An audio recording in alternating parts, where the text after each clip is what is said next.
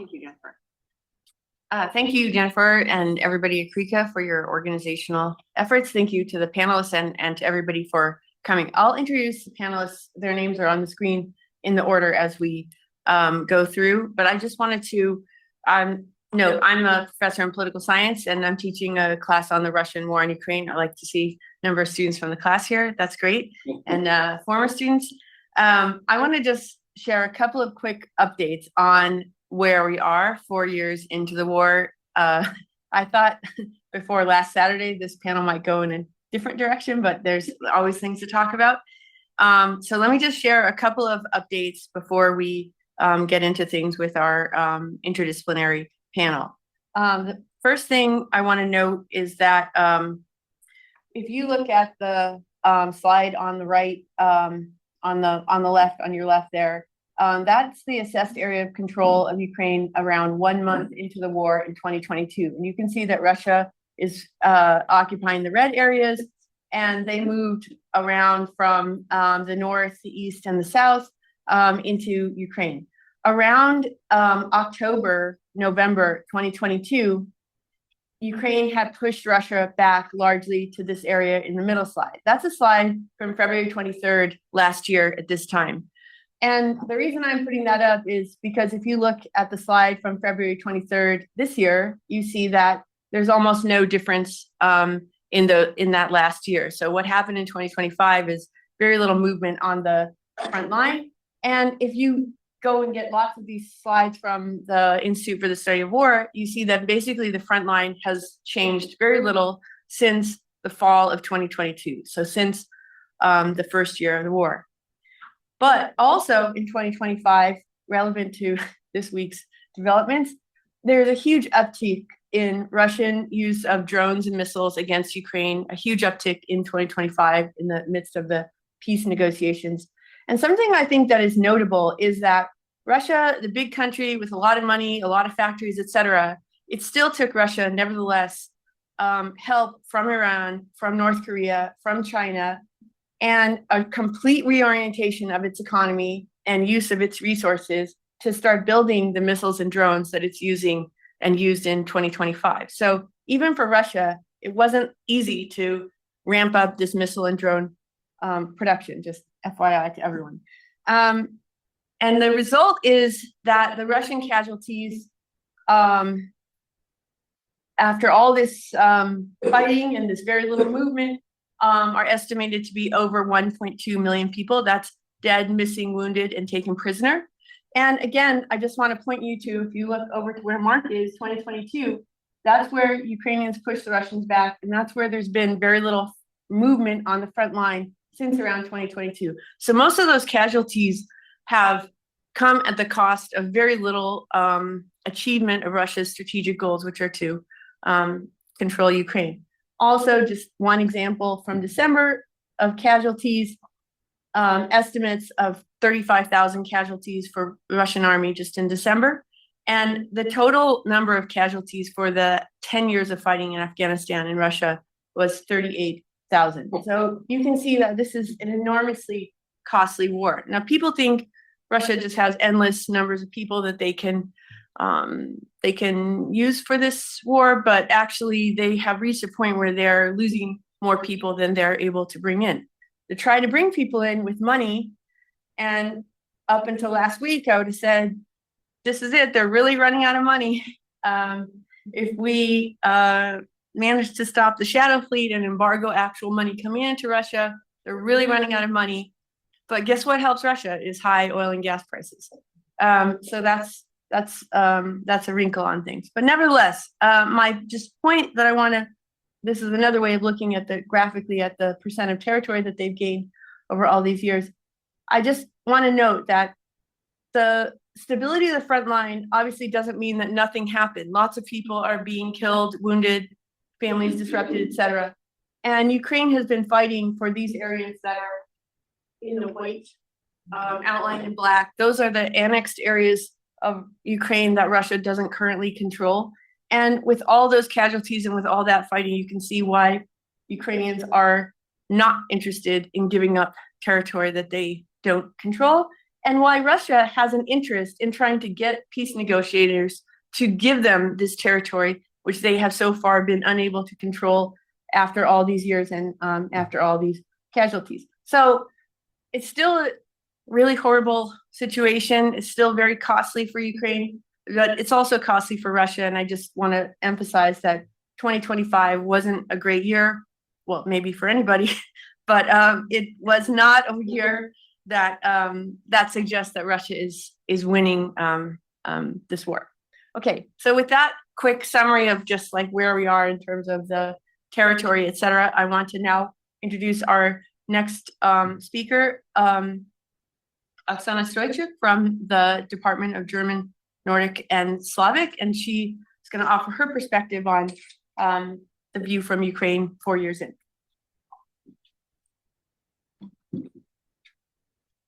Thank you so much, Yoshiko, for organizing this panel, for having me today. Last time I've been to Ukraine was in December and January, where I spent almost a month there. And I have to say that I was so mentally exhausted during this month because of the blackout, because of lack of electricity, to the point where I would just run out of my home to next to the midnight just to see some cars on the streets. So the first thing I want to say is that we should think about the fact that how privileged we are here. And even me, I think that my Ukrainian citizenship doesn't give me any more right to talk about Ukrainians. But in any case, the atrocities, the lack of electricity, everything that Ukrainians are now going through, it's just unbelievable, right? And I was much more exhausted, much more tired than my relatives or my friends were, which is also a very different thing.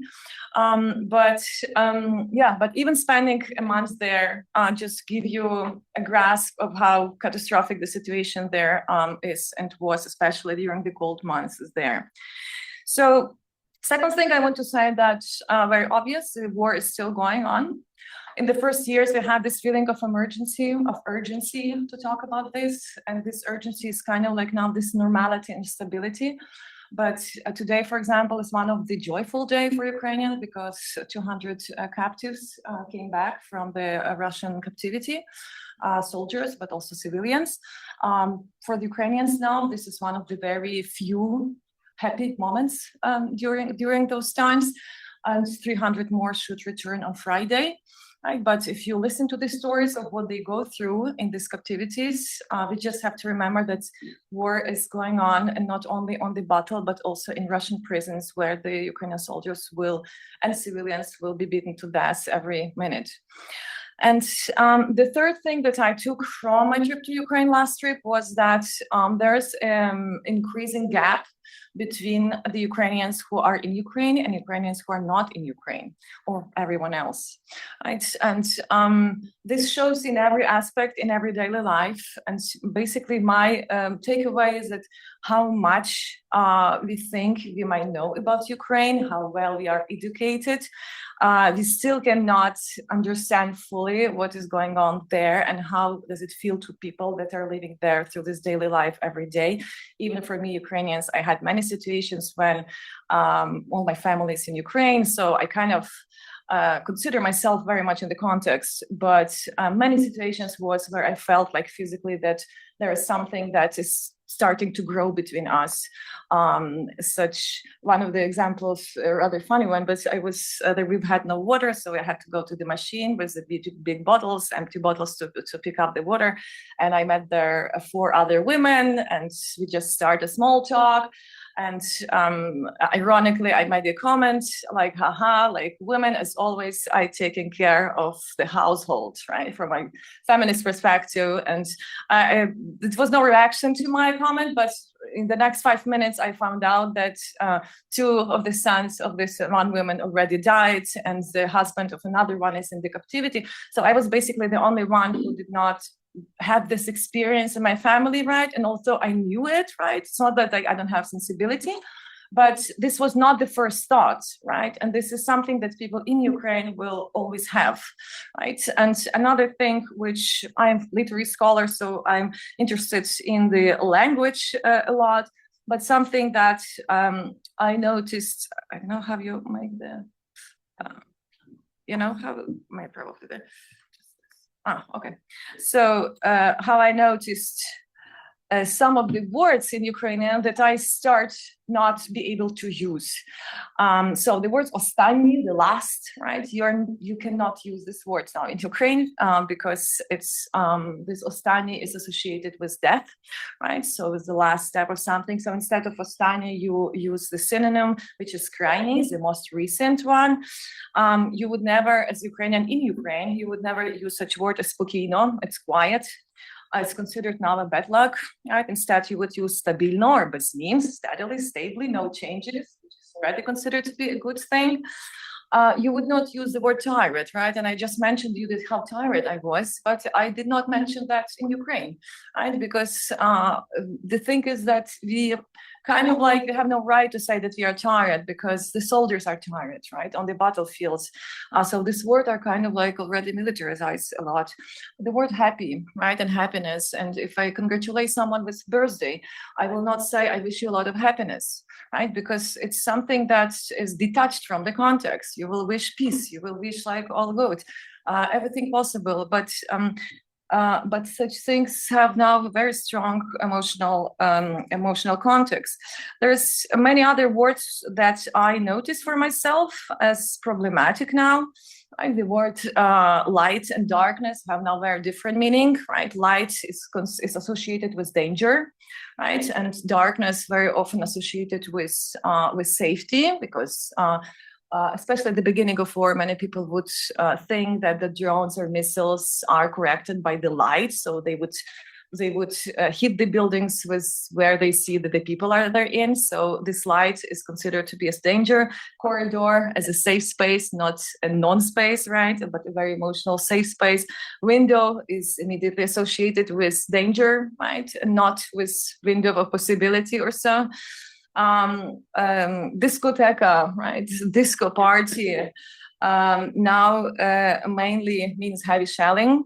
Right? Multic animation, the word very good for children, but multic is now means basically multicam, right? The camouflage pattern, and balalaika, ochi, eyes now means mostly night vision devices.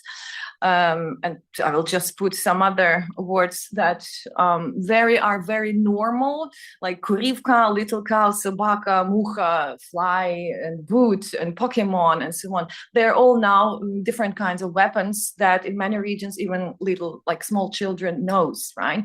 So this kind of like change of language again give us me also as Ukrainian who are not living in Ukraine, right? So by understanding that how that we can discuss Ukraine here, it doesn't make our discussion less or more valuable. It just in the larger context, I think when we're talking about peace negotiations and the results of this war, the voices of Ukrainians who are now in Ukraine, this also Ukrainian have to have the last word in the negotiations. This is something that that on the political level is extremely important.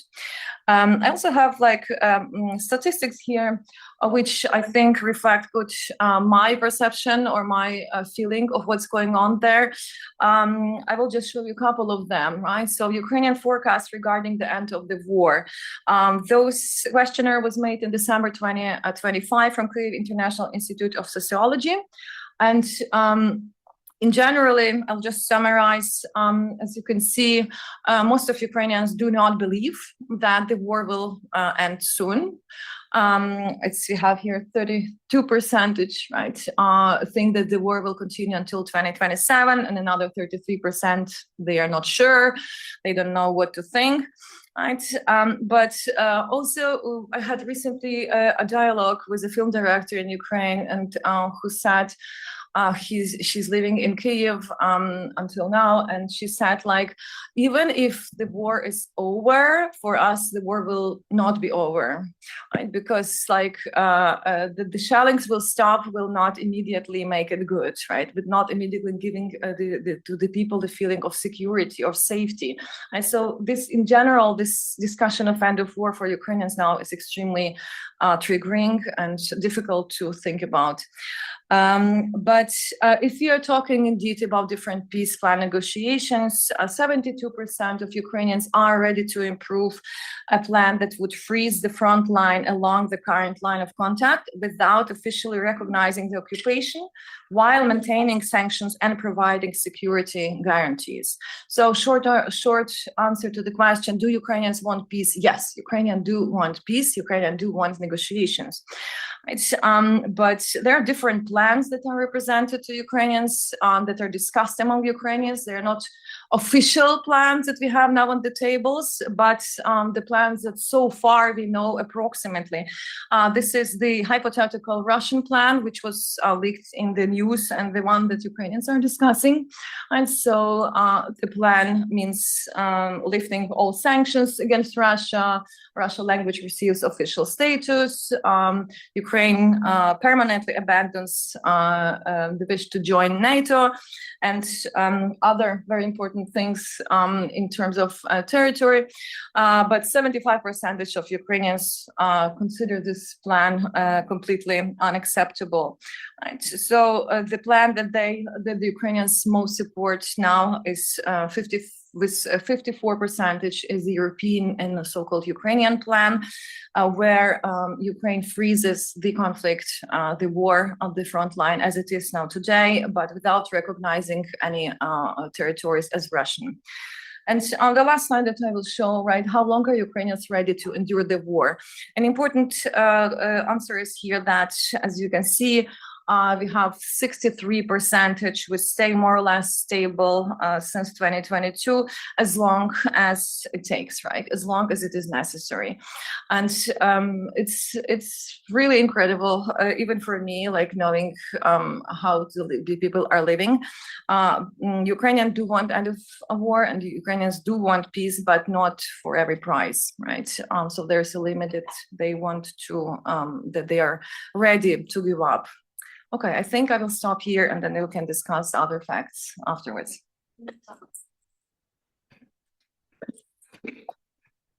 Thanks so much, Oksana. Now we have, let's see, sorry. Here we are. Olga. Okay, so, how can I play it? Okay, so Olga Murasova from the Sociology Department. Hello, everyone. Thank you for organizing this event, and thank you for inviting me. I will highlight some key messages that I wanted to present to you on behalf of Ukrainian, probably. So it is a big price that we are paying as a country in terms of life of people. And for now, we have the strongest army in Europe, but it was not by our choice. We wanted to invest in education, in welfare, and ensure that everyone can build successful life in Ukraine. But now we face the choice that we should save the country because it was attack against education, culture, language, and also to save territory and people there. That's why we built this army, and that's why we pay this price. And I also have a map and the number that during the full-scale invasion, during the 4 years, only 12% of Ukrainian territory was captured as a result of current state. And in 2025, it was 0.8%. So now this high price, because Ukrainian army are strong to protect territory, but Russia changed its tactic, and now a lot of power of Russia attack actually against civilians. And we see just one night and picture of all the attack, and even not full map of Ukraine there, because even west regions are under constant attack.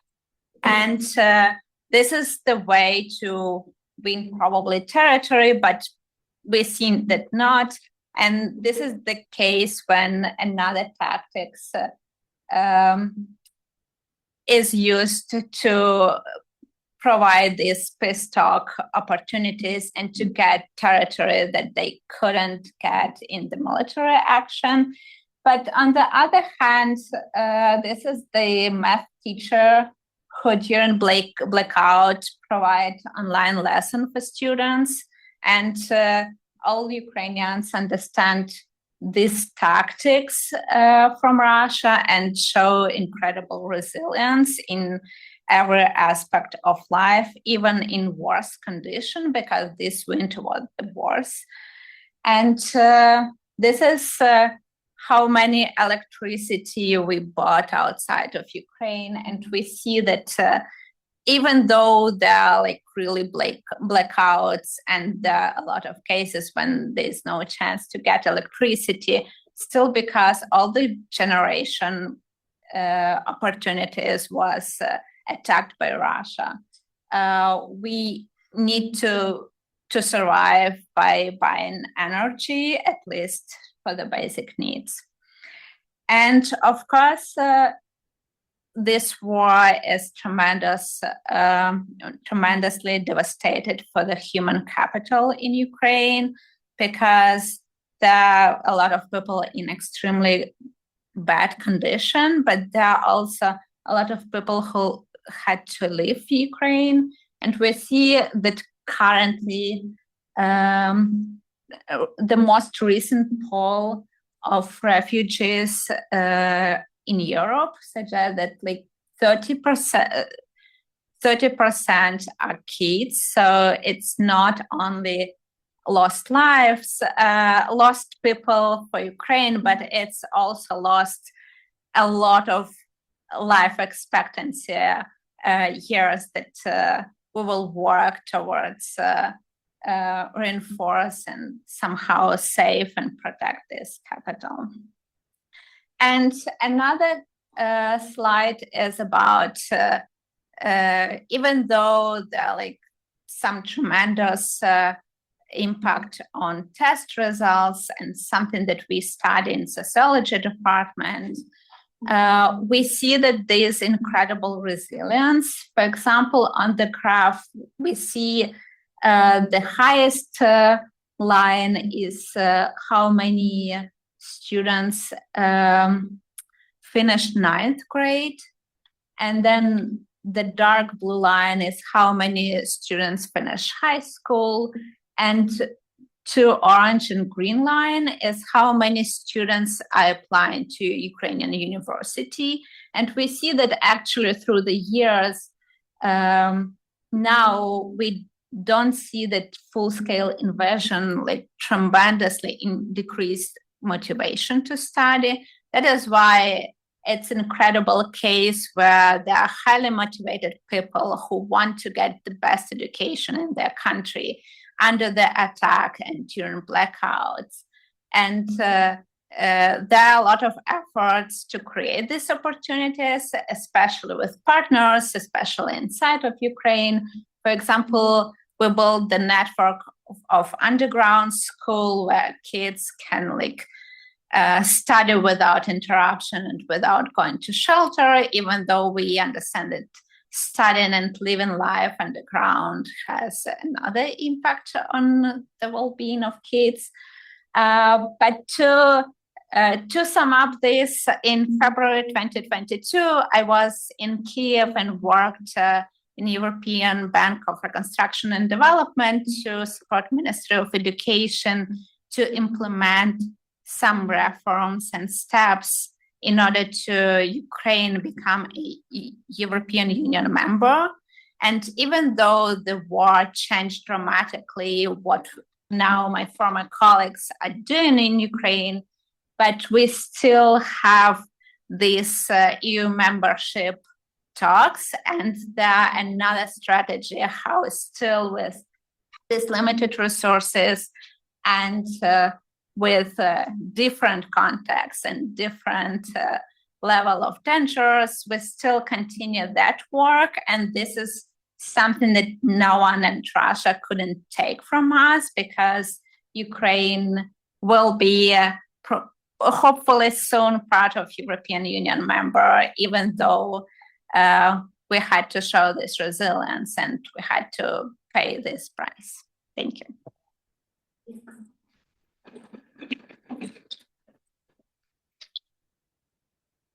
Thank you so much. Okay.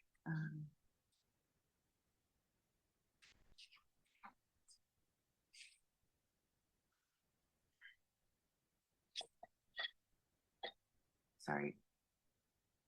Here we are.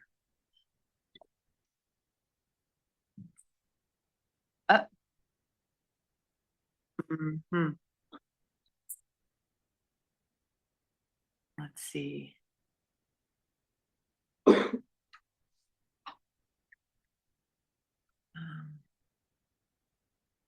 It's not showing me what is on the screen. Sorry, 1 second.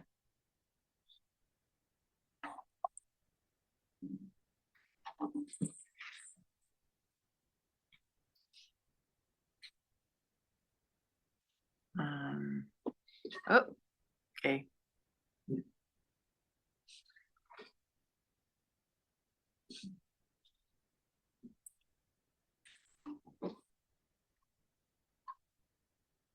There we are. Okay. Okay, good. Okay, next we have Professor Mark Copelovitch from Political Science and Center for European Studies. Thanks, Yoey, and to Jennifer and everybody for coming. And first thing is I'm American. I'm not Ukrainian. I'm someone who studies European studies. I spent a lot of time in Europe, especially in Germany. Was there a couple of years ago and saw a lot of the efforts to settle refugees, deal with the educational problems that you just heard about. So I want to acknowledge the 4-year anniversary of the war, the bravery and resiliency of the Ukrainian people. And I'm Jewish. We say may their memory be a blessing. And I sort of, would like to extend that amidst the sadness and the pain and the casualties and the suffering, that there is some optimism, as you've heard already, that Ukraine has been incredibly resilient. The war is not going well for Russia, and hope for good things for the future.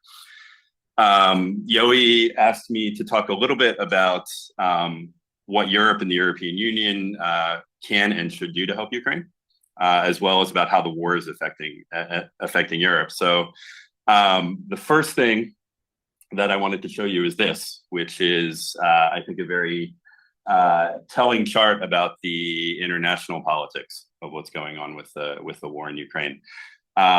So you see, there has been an enormous amount of financial and military aid from the West, from NATO, et cetera, but the composition of it has shifted drastically in the last year, right? In line with shifts in American politics, right? So the unfortunate and very bad part of that is we, the United States, are no longer currently providing military and economic aid, and we were the largest provider.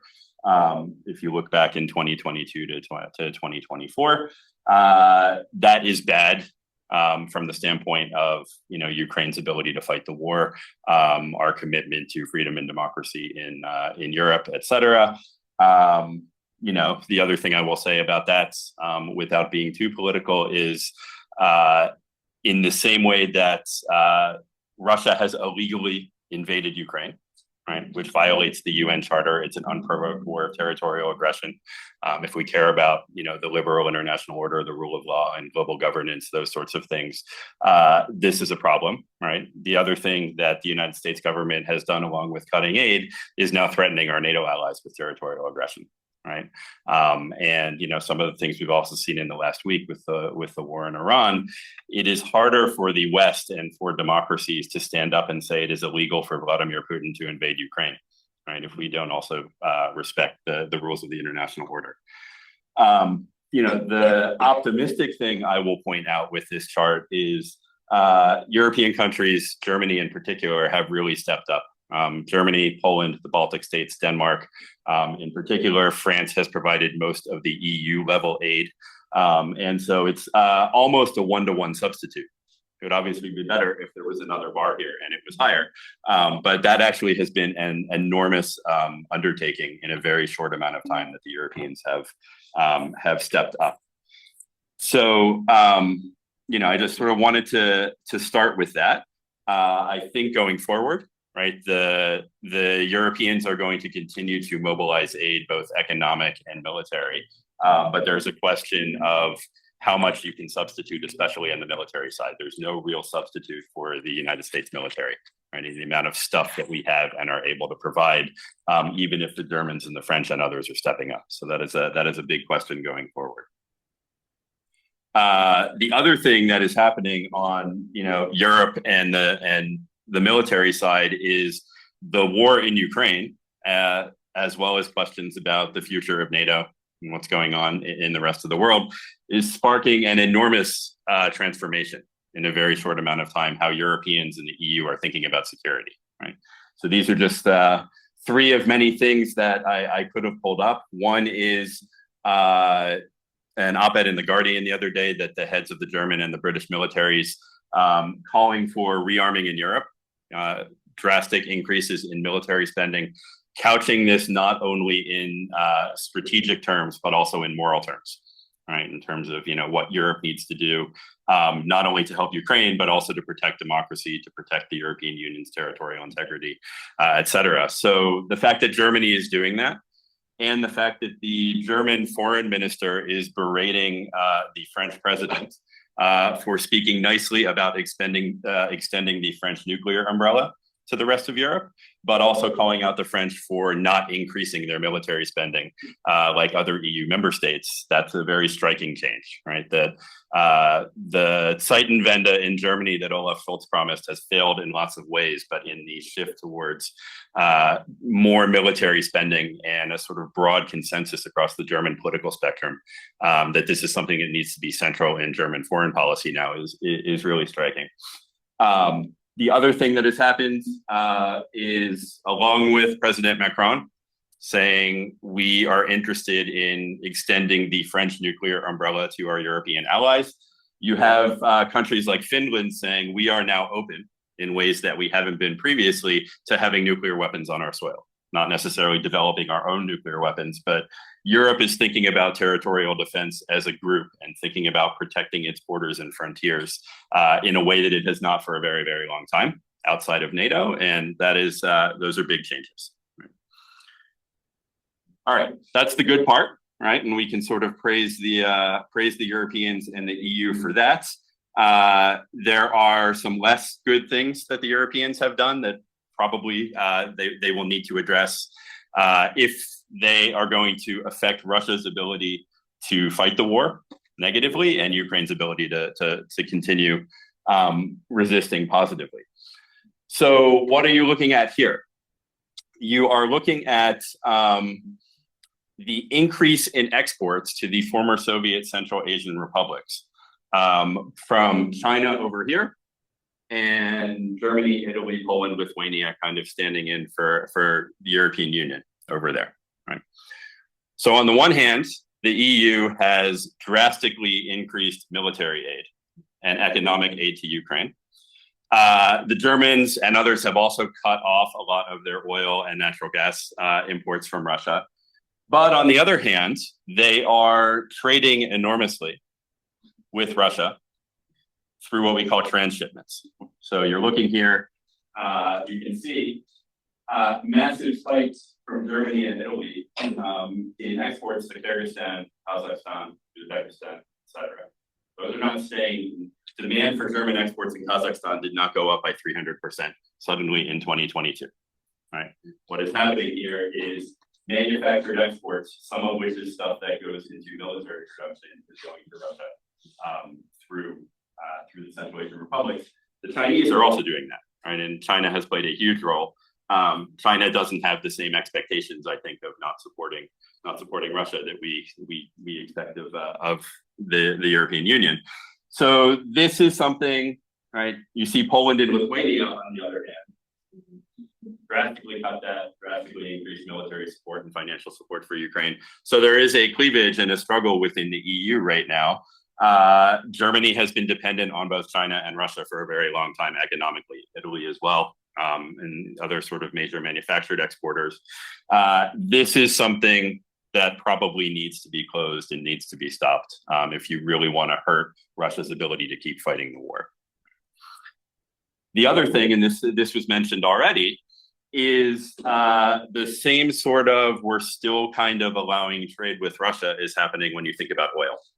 Right. So if you look at the chart on the left here, you're seeing Russia's oil exports and who's carrying it, right, and where it's going.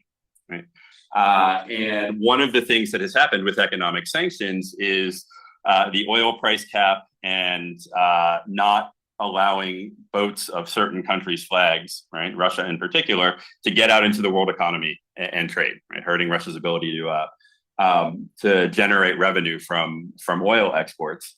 But Russia has now acquired a shadow fleet, right, of basically, alternatively flagged ships. So you have ships that are flagged in Gabon and other countries that are going and selling Russian oil. More than half of those ships have come from EU member states. A third of those came from Greece.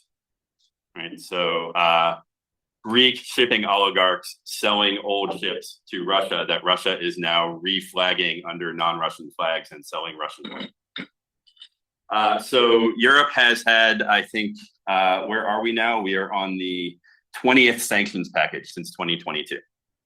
Right. It has tightened, right, sanctions, trying to close Russia off from the global economy in many ways. This is one of the big loopholes. The transshipments are another one.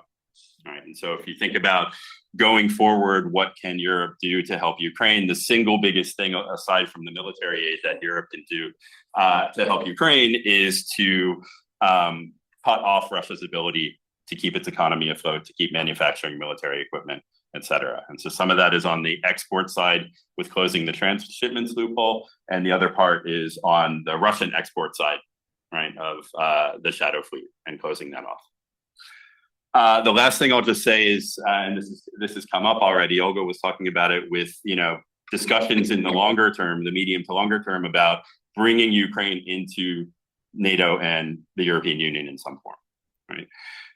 That's a really complex debate. It gets into questions about Ukraine jumping the line because there are countries like Albania and Moldova that are already sort of in line and negotiating and would also like to be in.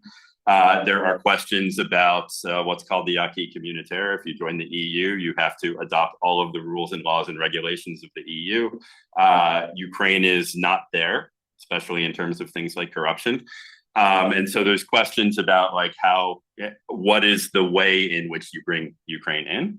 And then you saw a little bit from what Oksana showed you about the Ukrainian public and what they're willing to accept, right? This is all happening quite likely in the practical world that exists before Ukraine gains back all of its territory, right? So there's a question of, if you're bringing in Ukraine, are you bringing in Ukraine into the EU or into NATO, in what form? But are you also doing that, the way very much these institutions did with West Germany a long time ago, of bringing Ukraine in, even though there are still unification or territorial aspirations that haven't been settled yet, right? So those questions, I think unquestionably my personal opinion is that Ukraine needs to have full membership in both, and that its security won't be guaranteed until and unless that happens. But the speed and modalities in which that happens are a question, and there is no agreement amongst the major EU member states yet about exactly when that should happen. Should it be NATO first? Should it be the EU first? Should it be the EU at all? Should it be associate membership or full membership? I think that's really important. I think in the immediate term, the economic stuff and the military and financial aid stuff is kind of top of mind in terms of what Europe can do. So I'll stop there. Thanks.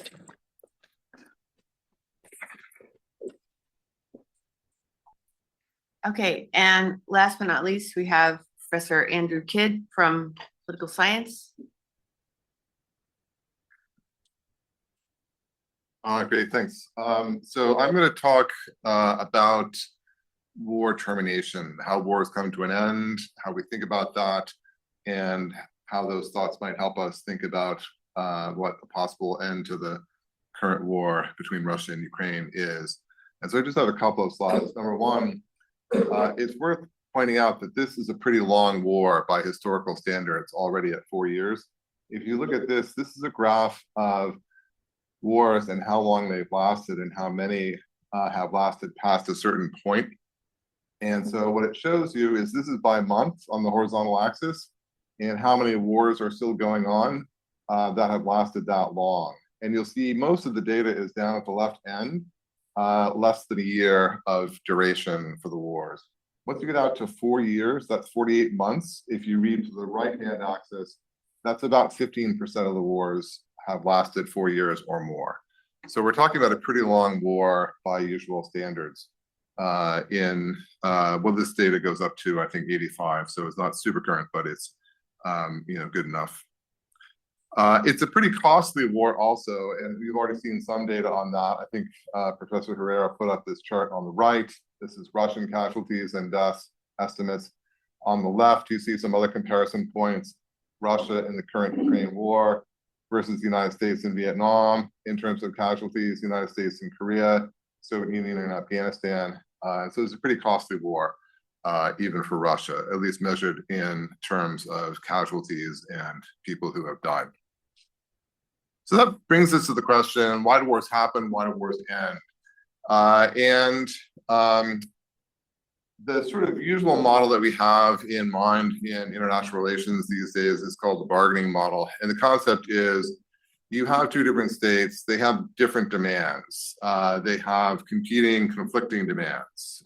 In this case, Russia basically, I think, started the war wanting to conquer and annex all of Ukraine, or at least at the very minimum to overthrow Zelensky, put in a puppet leader, take a bunch of territory and reduce the rest of it to a kind of puppet status like Belarus or even worse.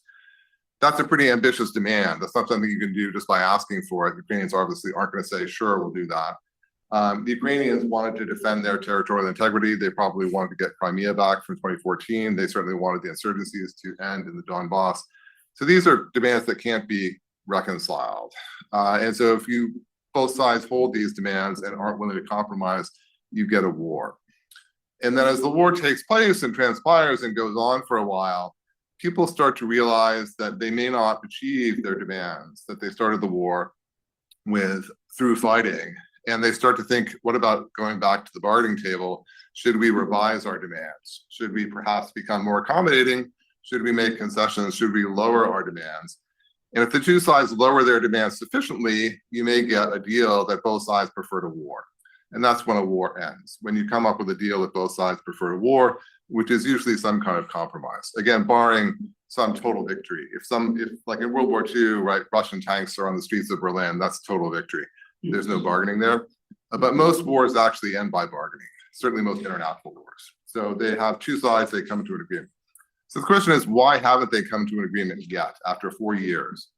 Especially after 4 years of basically stalemate, as you saw in the maps that we showed. So there's a couple of explanations that we think about. And to sort of sharpen this question, imagine there's a crystal ball. And we had a crystal ball, we put it on the table, and you can look into the crystal ball and see exactly how the war is going to end. And you knew it was a factual, you knew the crystal ball never lied. And you brought the crystal ball to Zelensky, you brought it to Putin, and showed them exactly how the war is going to end. And let's say it's going to end in 5 years with some sort of outcome. Wouldn't it make sense for Zelensky and Putin to say, all right, we could fight the war for 5 years and then the war will end in this fashion. And, another 500,000 people will die. Or we could just implement that solution right now. We know for a fact it's going to happen in 5 years. Let's just do that now. And those 500,000 people are not going to be dead. Surely that's better for everyone. So that sort of implies that if you can anticipate the future, if you knew how the war would end, it would never happen in the first place because it's costly and you could just implement the result of that war. So why aren't they doing that? Clearly, they don't know. They don't have the crystal ball, right? They can't tell exactly how it's going to end. So they have to form expectations about this. And they have to weigh that against the cost of war. And the sort of basic insight is the two sides are still, for some reason, disagreeing about certain elements of how the war is going to play out, how it's going to end, and therefore they can't come to an agreement. A couple of factors that might influence that. Number one, insensitivity to the cost of war. So if you are losing a lot of people, that's, materially costly, but it could be that you don't care about that, or you don't care about that very much. I think on the Russian side, you have a fairly high level of indifference to the human cost of war. Very much not so on the Ukrainian side, but certainly on the Russian side. And so it may be that Putin is willing to keep fighting even at this level of high casualties because he just doesn't care that much about the loss of life. And the result would be quite different if you had a different leader in charge of Russia who did actually care about the loss of life. So you don't care about the cost of war, you're willing to fight longer. That's sort of a generalization. And if you don't have that many casualties, you're willing to fight longer. For instance, in the current war between the United States and Iran, we're taking hardly any casualties at all. That means that we're going to fight a lot longer than we would if we had just lost 5,000 troops or Air Force personnel or whatever. So if you're not paying the cost of war, you don't really care about it, you're willing to fight longer. I think that's a factor here.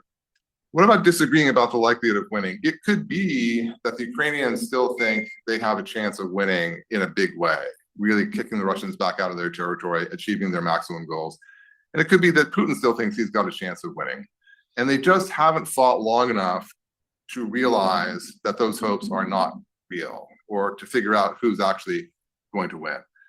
So it could be that despite the fact that the war has lasted a long time, they still disagree on the likelihood of each side winning.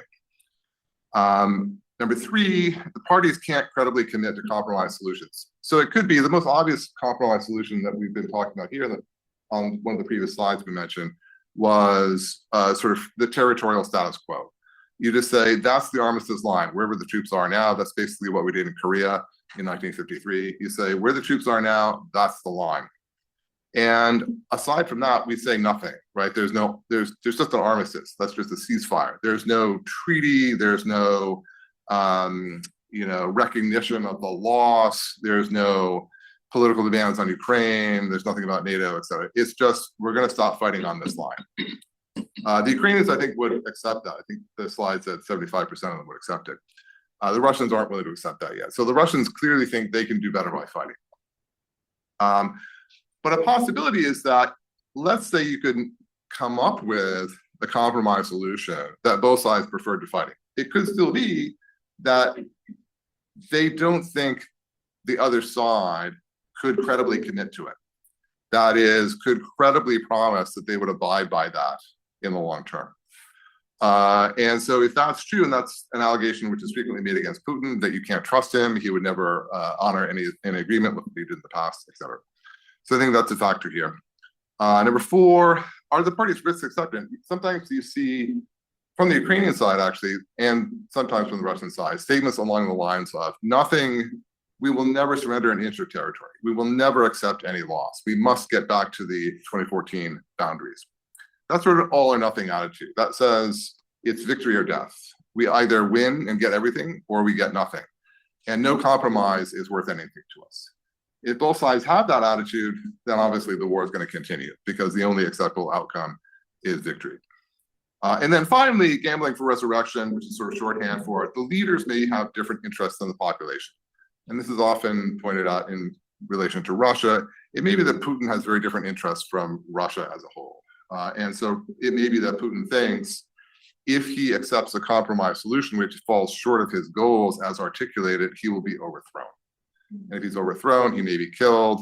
And therefore, accepting a compromise solution from Putin's perspective is the same as total defeat.